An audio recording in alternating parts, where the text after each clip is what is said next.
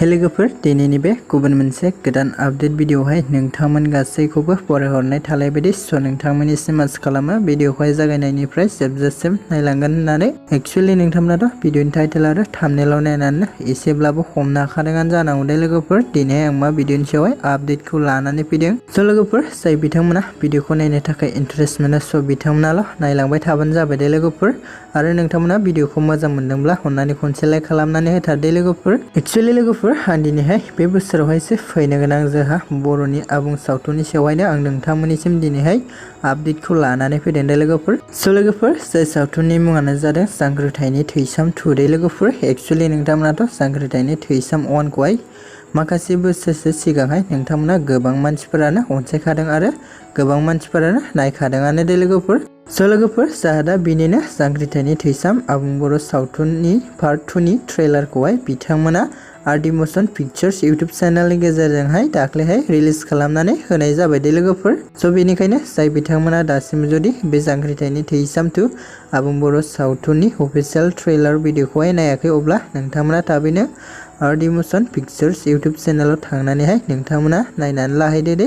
ओमफ्राय लोगोफोर नोंथांमोना सोर सोर नायखांखो कमेन्ट बक्सनि गेजेरजोंहाय खोन्थाहरबानो जाबाय दे लोगोफोर। भिडिअआहाय माबायदि जादों आरो भिडिअखौहाय सोर सोर नायनो थाखाय जोबोरैनो एक्साइटेड जानानै दङ। ओमफ्राय लोगोफोर नोंथांमोनाथ' गोबां मानसिफोरानो मिन्थिखायो नङा होमबा बे भिडिअआवहाय जों गाहायै सोर सोरनि फाव खालामनायखौ नुनो मोन्दों।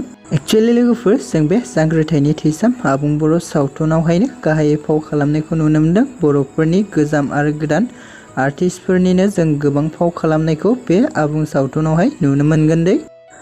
लोगोफोर बे जांख्रिथायनि थैसाम 2 आबुं बर' सावथुनावहायनो गाहायै फाव खालामदों सुकबिर लिंसार बसुमतारी, फुजि बसुमतारी, मनालिसा हाज'वारी, फुजा मुसाहारि आरो बिथांमोनजोंनो लोगोसे जों बे सावथुनावहाय फाव खालामनायखौ नुनो मोनबावदों नेरसोन, राधिका, फुजि, बिथराय, उत्तम, सेलभिसन, बिरफुं, फैलाव, अनसुला, फेंगोना, बिजु, रहित, कचिन, सोरां, रिजुमनि, रिमि, जिमि आरो लोगोफोर बिथांमोनजों लोगोसे गोबां जों आर्टिस्टफोरनि फाव खालामनायखौ नुनो मोनदों दे।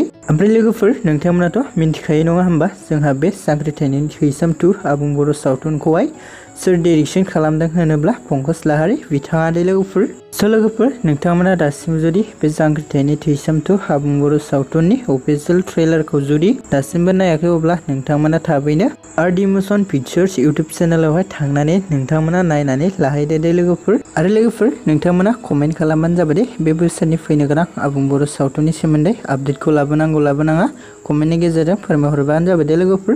लोगोफोर बिदिब्ला दिनैनि सर्ट आपडेट भिडिअआ बेखिनियानो मोनदो लोगोफोर। आसा खालामो नोंथांमोना भिडिअखौ नायनानै मोजां मोनदों। भिडिअखौ जुदि नायनानै मोजां मोनदोंब्ला अन्नानै खनसे लाइक खालामनानै होबानो जाबाय दे।